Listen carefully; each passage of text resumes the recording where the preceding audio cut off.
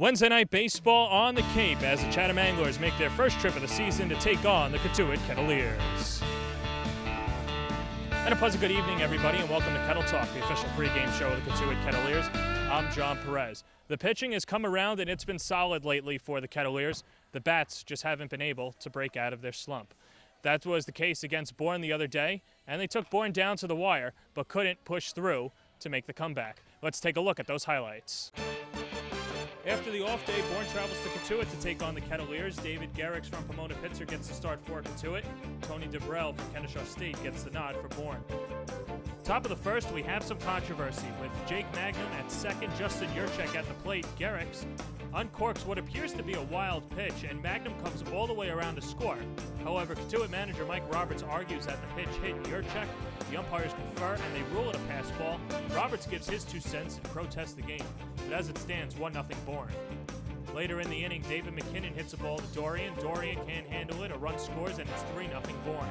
A little later, Jeremy Ironman at the dish. The pitch goes to the backstop. McKinnon scores 5-0 Bourne. Bottom 3, the Kettleers would chip away with Cal Stevenson running on the pitch from first. Grayson Genista from Wichita State ropes a liner to center. Brendan Brielle can't stab it out of the air. Stevenson giddies on up across the plate, 5-1 Bourne.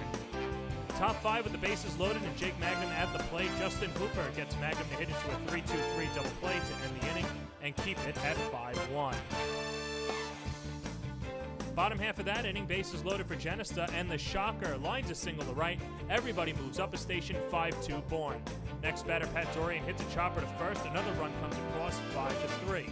Next up, Alonzo Jones from Vanderbilt shows why he is so fast. He laces a 1-out triple. Next up, newbie Jason DeLay hits a grounder to third. He beats out the throw. The Kettleers get a little closer at 5-4, but that would do it for the Kettleers as they lose their 6th one-run game, and they lose it 5-4.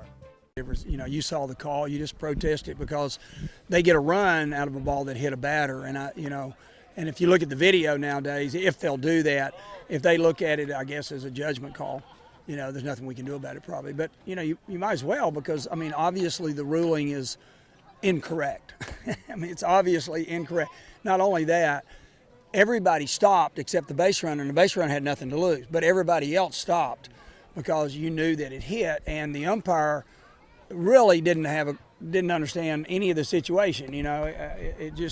Anyway, it was just a bad situation. I just trusted my stuff and believed in my ability and just compete and have some fun. People call it summer ball, but you're out here having a good time and, competing. It could be summer ball, but, it's the same game in between the white lines and you're just, me versus you. That's all it is. Here's the scores from last night. Orleans is back at 500. Keegan McGovern from Georgia hit his second home run of the year, a 2-run shot. Kirk McCarty from Southern Mississippi, 5 1/3, 4 hits, 2 runs, and 7 strikeouts.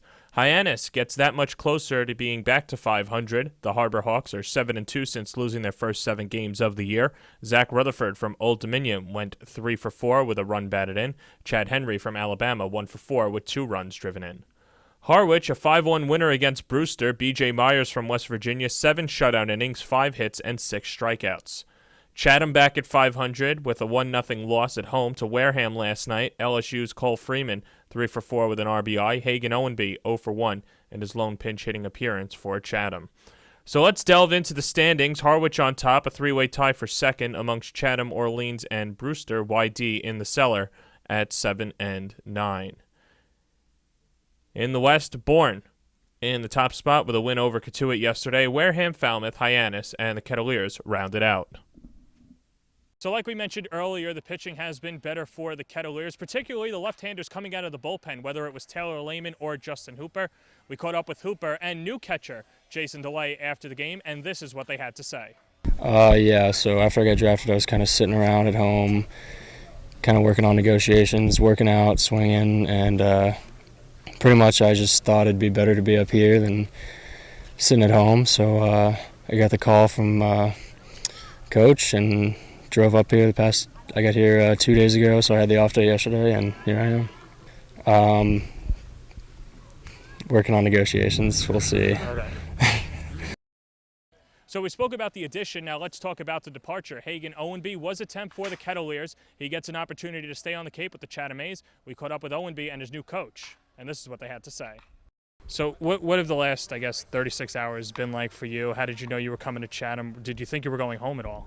I did think I was going home, but then before I could even think about it, Coach Roberts told me, he was like, I got a spot for you. He said, I've already called the coach here at Chatham, and he said he's willing to talk to you on the phone and give you a chance. And it was a blessing. It was a blessing in disguise. Like, nobody ever wants to be sent home, but it's probably the best thing that could have happened, especially now that I got this spot in Chatham. It's a great place, and they treat me really well here. What was that meeting like that, Coach Roberts sat you down and laid it out for you? I mean, it was all respect. I mean, I understand where he's coming from. He understands where I'm coming from, and there was no hard feelings about anything because there's a roster limit, and I understand that completely.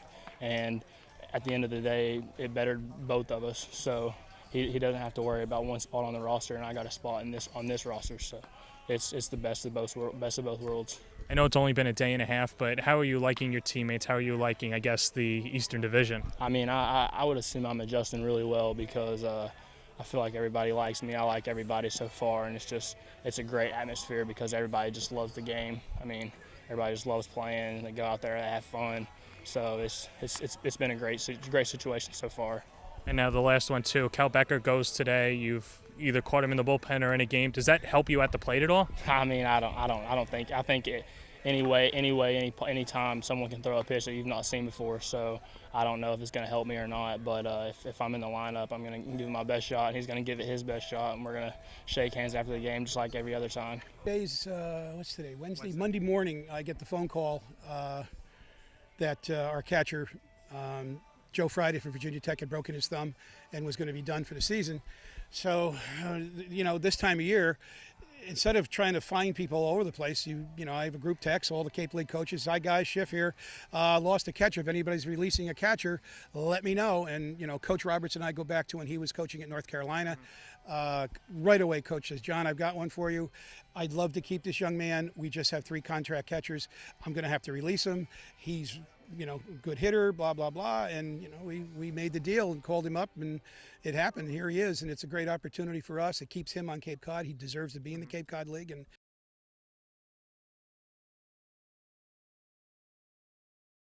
all right, welcome back to Kettle Talk. I'm here with infielder Josh Shaw from St. John's University. And Josh, a local kid in the tri-state area, went to Don Bosco Prep. I'd have to imagine that, I don't want to say hatred, but maybe there's some animosity more towards St. Peter's than maybe Seton Hall. Is that true at all, or? No, there's a rivalry at Seton Hall, but one of my best friends from Bosco is actually the ace there now. Colin Dana is a lefty pitcher. He was a Sunday guy this year, but it was a great opportunity to play against him coming from Bosco and then be a rival at Seton Hall. It was pretty cool. What's it like facing him, knowing that the last time that you guys faced each other was probably, a BP or an inter scrimmage at Bosco? It was fun. It was fun to finally. I faced him a few times in inter squads, like you said, in high school, but going out there and actually seeing him on the other team was pretty cool. Now, one more thing about, your St. John's days, because they're still going on, but in speaking to Keith Regala before at Creighton, he said that you were one of the toughest guys to get out. So now I'm going to flip the switch. What was it like facing him? He's good. He's a good pitcher. All the Creighton guys competed, but he had a little bit of velocity on us, and I had trouble hitting him, but he couldn't strike me out. With that said, obviously from Jersey, what were some other schools in play, and what led into going to St. John's? Well, first off, I liked St. John's the best coming in because of the baseball program, the academics. It was close to home. My dad played at Seton Hall, so he actually played with Coach Blankmeyer. So everything was perfect going to St. John's. I looked at a few schools, some ACC schools, Boston College, Rutgers was big on me, just a FAU. So. In terms of baseball, a lot of people know that St. John's is known for its basketball, but I guess the baseball equivalent is Jack Kaiser, and he's obviously still around the St. John's program a lot. What's your relationship with him? Because I guess he is the Lou Carnesecca of the baseball team before Blankmeyer. Yeah, he's a legend around St. John's, but I've met him a few times at the banquet, just seen him around campus, and he's a real nice guy. He's done a lot for the program over the years. When I guess it was Ed Blankmeyer tells you that you're coming to Cotuit, what were your initial thoughts, and what were the first couple of weeks like playing for Mike Roberts? I was excited when I got the news that I was going to be playing on the Cape as a freshman. That's an honor. But the first couple weeks here have been great. I've learned a lot. He's a different coach than the coaches at St. John's. He's more about like a southern brand of ball and big on base running, and I like that because that's probably the biggest thing I need to work on coming out of St. John's this year is my base running. So I'm excited I've learned a lot of stuff so far. I'm excited to learn a lot more. In terms of coming to the Cape and playing for Mike Roberts and all of this stuff too, you're coming off, just like a lot of players, winning accolades in their own conference. At St. John's, I'm sure there was an adjustment period. You settled down and obviously won Freshman of the Year. What was that whirlwind like, making the transition from high school to now college, and now even coming from the Cape and just continuing to go up and up in the competition? Well, it's humbling as you go up and you see how many good players there are around the country, but it's just a learning experience to really get used to the better arms. The big thing is the velocities. You go up to college, and then when you come here, you see people with change-ups and good curveballs, and everybody just keeps on getting better. The one thing, too, you mentioned your stepdad played for Seton Hall, was drafted by the Yankees. You know, what's it like growing up seeing that other players' fathers don't have that experience? You had a luxury of that. You know, what did he teach you growing up and how you carry yourself on the field? I'm incredibly thankful that I got the opportunity to have him in my life. But over the years, he's been there to throw and BP to me every single day, and it's just I'm blessed to have somebody who's been there already to lead the way. Now, this last one, I guess it's an insider for us St. John's guys, but now with Sly Fox closed, Aquises is the only place around St. John's. Is that the place that you go to? Because Dante's isn't there anymore. Where do you get your grub if it's not Marillac? Double J's. Okay. Double J's. The baseball team is big with Double J's. We get everything there every day.